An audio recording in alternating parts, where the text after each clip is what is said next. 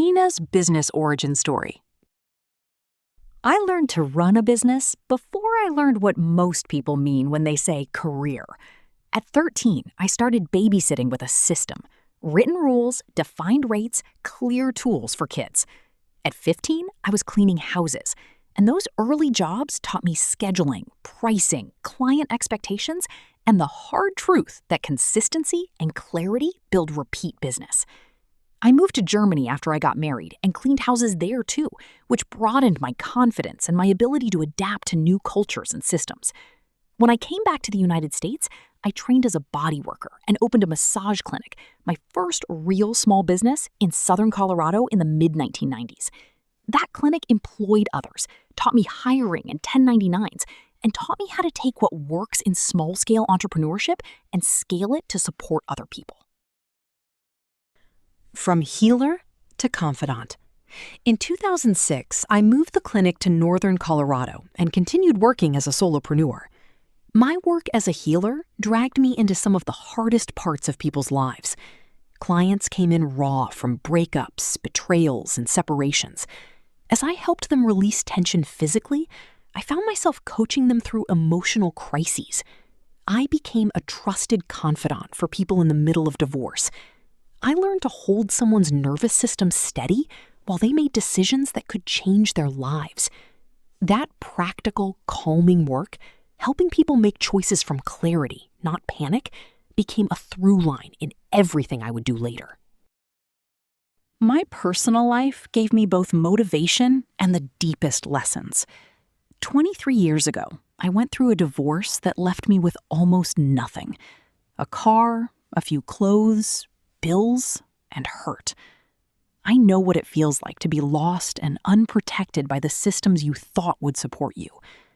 That divorce brought me to the brink, an experience I never want anyone else to have to live through.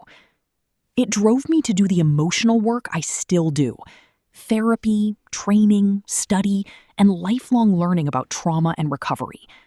I never want a client to feel as alone and hopeless as I once felt. Over the next 2 decades, I continued to expand my skill set. I taught self-defense at a battered women's shelter and worked in law enforcement, both of which sharpened my sense of safety planning, bounds, and accountability. Those worlds, healing, law enforcement, trauma response, felt distinct until one clear, jolting moment tied everything together. In 2017, I met Joe.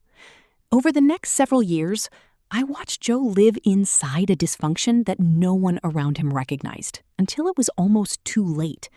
His divorce became a 7-year, more than $300,000 nightmare.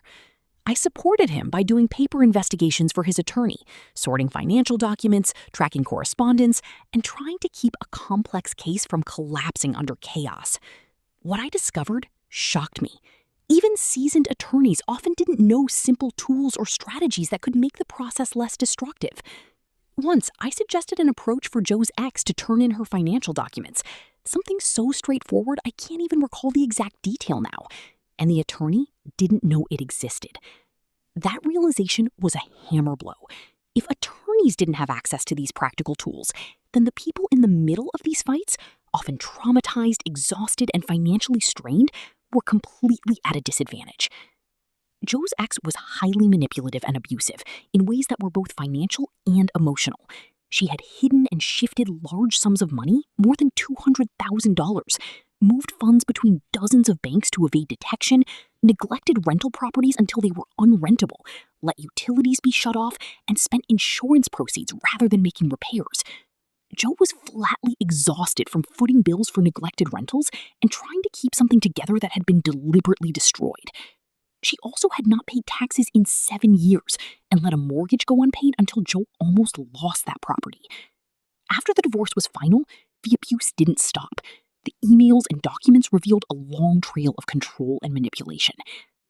Watching all that unfold reinforced what my own earlier divorce had taught me. People who are being abused, men and women alike, need a different kind of advocate, someone who knows how to hold both practical strategy and emotional steadiness together. If the right help didn't exist, I would create it. I started researching. I found the emerging field of divorce coaching, professionals who guide people through the emotional, financial, and logistical minefields of separation. I spoke with several coaches, but none were equipped to work with two partners in a high-conflict situation, and the additional stress of traditional coaching was too much for Joe at that time. I made a decision. If the right help didn't exist, I would create it. I enrolled in certification programs, studied mediation and high-conflict co-parenting, and earned specialized training as a high-conflict divorce coach. I already had law enforcement experience, self-defense training, and years of hands-on work with battered people. Now, I married that lived experience to formal training and launched my practice. I began my divorce coaching practice in 2020, doing pro bono work while I was still in school and building the foundation. I put up a sign that said I was a divorce coach in late 2020, earned official certification in 2021, and formed my LLC, Your Divorce Coach Specialist, in Colorado that same year.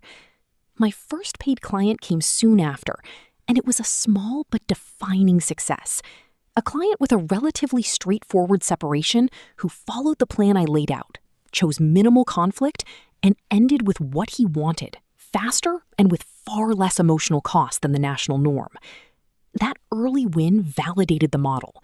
Coaching that focuses on calm, strategy, and measurable steps actually saves people time, money, and trauma. I moved my practice across state lines as my life changed. Arkansas while helping a region straddling Missouri and Arkansas, then South Carolina after Joe passed in 2024. Losing Joe was devastating. He was not only my husband, but my partner in weathering legal storms. His death pushed me into the deepest grief I'd ever known, and it tested everything I had built.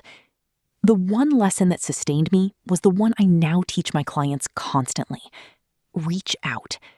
I learned to ask for help and accept support, and that act of vulnerability was how I found my footing again. That period also interrupted my marketing consistency for about a year, but the systems I'd built, content calendars, CRM tracking, and community platforms like LinkedIn, TikTok, Facebook, and Local Business Rising helped me come back stronger. Marketing became a second craft for me. Initially, it was awkward and foreign, then essential. I leaned into free marketing classes, early SEO guidance from mentors like Mark Amell, and the practical benefits of local networking. I learned which channels actually worked for my demographic. Men in their 50s who own small businesses and have been in abusive relationships. So I doubled down on Facebook and TikTok video and niche divorce groups where my ideal referral partners congregated. I tried LinkedIn and Instagram.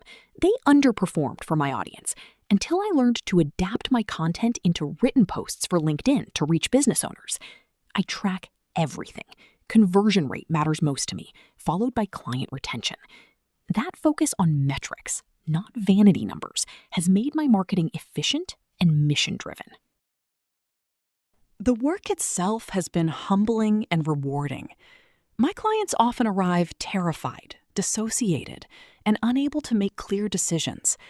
Much of what I do is nervous system work, calming, stabilizing, and creating room for choices that save money and dignity. One case saved a client over $10,000 and shortened the timeline by months. Another client who would have endured a 3-year fight settled in under a year and saved an estimated $50,000. Those outcomes are tangible proof that coaching matters. But the emotional wins, clients finding their voice, sleeping again, trusting that they can make a plan, are what keep me going. Today, Your Divorce Coach Specialist focuses on high-conflict divorce cases involving abuse. I work with men and women, and my approach is practical, trauma-informed, and relentless in its attention to detail. Clients pay for months at a time and receive hands-on support. Unlimited guidance, except during non-emergency sleep hours, direct lines for crises, and strategic coordination with attorneys, CPAs, and investigators when needed. I'm a hand-holding coach. My clients don't pay by the hour because transformation isn't an hourly metric. I also teach marketing for small businesses through Local Business Rising, which keeps my business skills sharp and helps me practice what I teach. I run a podcast where we routinely discuss abuse and divorce topics in depth. I keep learning, certifications in mediation, high-conflict co-parenting, and ongoing education on communication, financial forensics, and technology, including AI. These are not side hobbies. They are the tools I bring to bear when someone sits across from me in crisis. This is a story of hard-earned craft, from babysitting with rules to running a clinic, from teaching self-defense to navigating a 7-year divorce for someone I loved, from grief to resilience, and from scattered posts to strategic marketing that finds and converts the people I can help most. I tell this story because I want readers, small business owners, entrepreneurs, and anyone facing the wreckage of a high-conflict separation to know 2 things.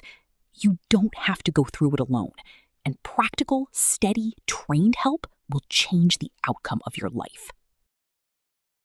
Golden Nuggets. Here are short, actionable lessons I've learned as an entrepreneur, coach, and survivor. Each one is a distillation of hard experience, measured wins, and the daily choices that keep a business and a life moving forward. 1. Clarity sells. Define your ideal client precisely. Men 50+, small business owners, high conflict abuse, and build every message directly for them. 2. Calm first, strategy second. Help clients calm their nervous systems before asking them to make big financial or legal choices. 3. Track conversion, not followers. Measure leads to clients and retention rather than vanity metrics. Those numbers drive revenue. 4. Consistency compounds. A simple content calendar and daily posting rhythm outperforms sporadic perfection. 5. Meet them where they are. Double down on platforms your audience uses, TikTok and Facebook for my demographic, and join niche groups where they gather. 6. Lead with vulnerability and authority. Share hard truths, abuse, grief, with professionalism.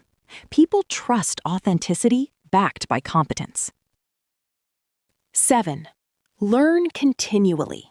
Certifications, marketing classes, and tech fluency, AI, SEO, keep you relevant and effective. 8. Make access flexible. Offer pro bono, sliding scale, or alternative value options for those who say they can't pay. Helping them often yields long-term clients and referrals. 9. Collect stories proactively. Ask for testimonials during the win, store them in a central place, and use them across video and written content. 10. Build partnerships. Align with attorneys, CPAs, and local business networks. Referrals come from trusted allies. 11. Ask for help. Reaching out and accepting support will get you through grief, setbacks, and growth faster than trying to do it alone. Thanks for watching this video. Stay tuned to learn how to manage your own business. See you next time.